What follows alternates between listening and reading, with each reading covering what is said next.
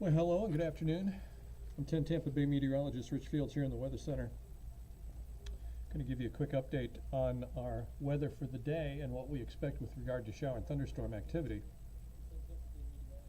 Let's get to it, shall we? Did I lose my live shot already? What is with this thing? It's back.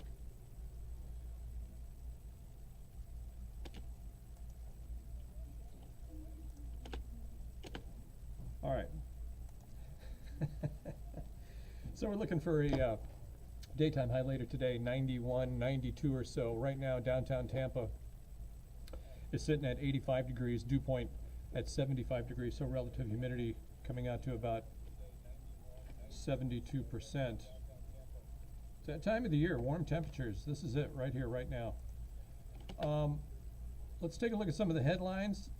Thunderstorms are beginning to bubble, at least the cloud cover out in the interior. We're going to see really thunderstorm activity start along the Gulf Coast today and blow inland. And when I say start on the Gulf Coast, I'm talking about like I-75 eastward, and then everything will continue to propagate further eastward later today toward the Atlantic coast.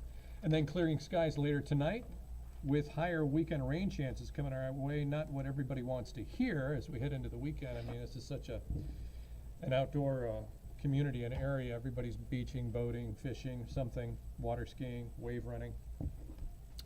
That talking about weekend rain chances can be, you don't make many friends doing that around here, that's for sure. But nonetheless, higher weekend rain chances coming our way by the weekend.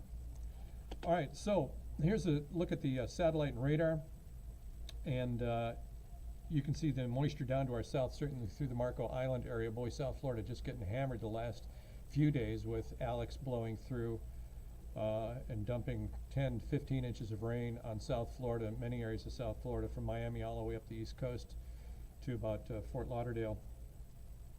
But they're getting more moisture now. It's influx of moisture coming in from the south.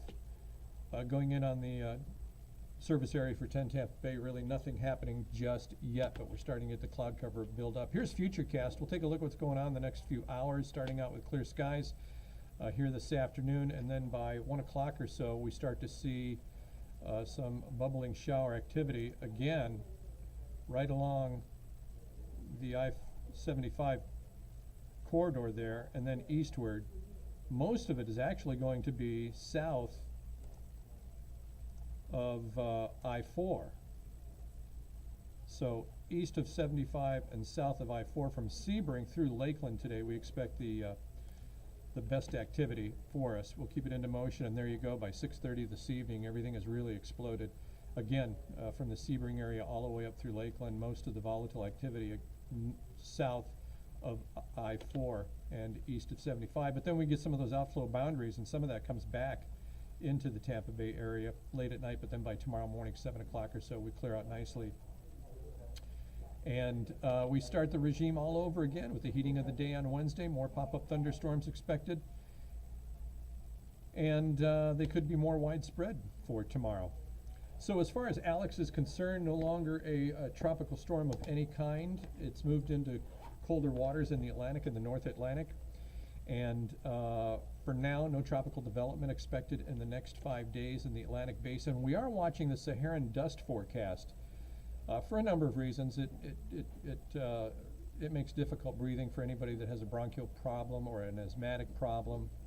I'm going to put the dust forecast into motion. You're going to see it come right into the Gulf of Mexico by Wednesday, Thursday, and on into Friday, even more so by the weekend.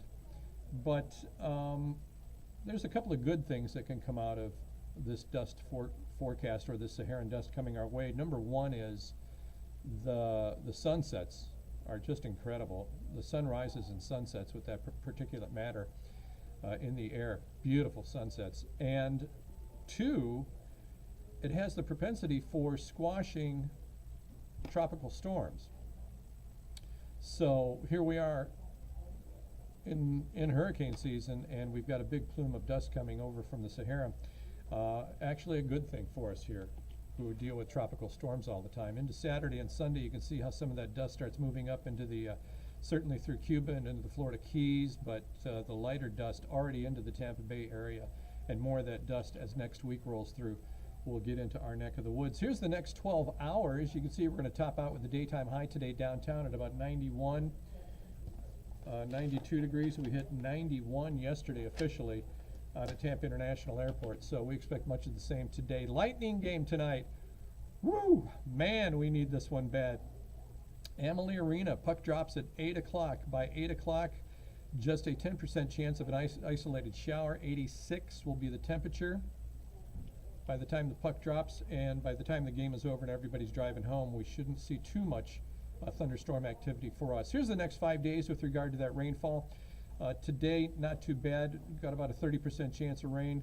Same for Wednesday, Thursday, Friday. We're up to a 50% chance of rain. And by Saturday and Sunday, we're talking a good 60% chance of rain for us here in the Tampa Bay area. Marine forecast today, winds out of the west at 10 knots, seas 2 feet or less, bay and inland waters at a light chop. Taking a look at that picture there on the right from Clearwater Beach, you can see some of the cloud cover starting to build up off to our north. I mentioned earlier that we're going to see the thunderstorms really start to propagate and grow along the coast, along the Gulf Coast, and blow inland today. So we're already starting to see some of those thunderheads starting to build. Here's your 7-day forecast. Remember, our normal for this time of the year is 90 degrees. We hit 91 at the airport yesterday. Looking for mostly sunny skies until those inland thunderstorms pop up. 92 for the daytime high with a 30% chance of rain. And the entire 7-day forecast, you can see right on through the period, we're talking low 90s for a daytime high with a 30 to 60% chance of rain over the course of the next couple of days. So there you go. Hope that gets you up to date a little bit. We're getting ready to do the noon. I see Courtney putting on her mic over there. And I've got about 20 minutes to get the rest of my graphics together. Hi to, let's see, Fern Batro Moore. Fern, thanks for tuning in. Appreciate that. Jacqueline Mall. Dust also acts as a natural fertilizer. That's exactly right. We've also seen with the Saharan dust that it can increase red tide. The reasons scientifically, I'd really have to look up. I know Grant Gilmore has talked about it. People in the newsroom have talked about seeing reports that the Saharan dust kind of enhances the red tide around here in Florida. It could be because of the nutrients and things eating whatever food source that dust may be from the Saharan, but nonetheless, you're right, Jacqueline. The dust also acts like a natural fertilizer. Bruce Buckner, hi from Ohio. Hey, Bruce, what's the weather like in Ohio? And Luis Aguiar, saying hi to him as well. So stay tuned to 10 Tampa Bay. If you're not already subscribed to our Facebook channel, please do that. Anytime we get on live, whether it's weather or news, breaking news, you'll always get an alert. And in the meantime, I will see you on TV. Okay?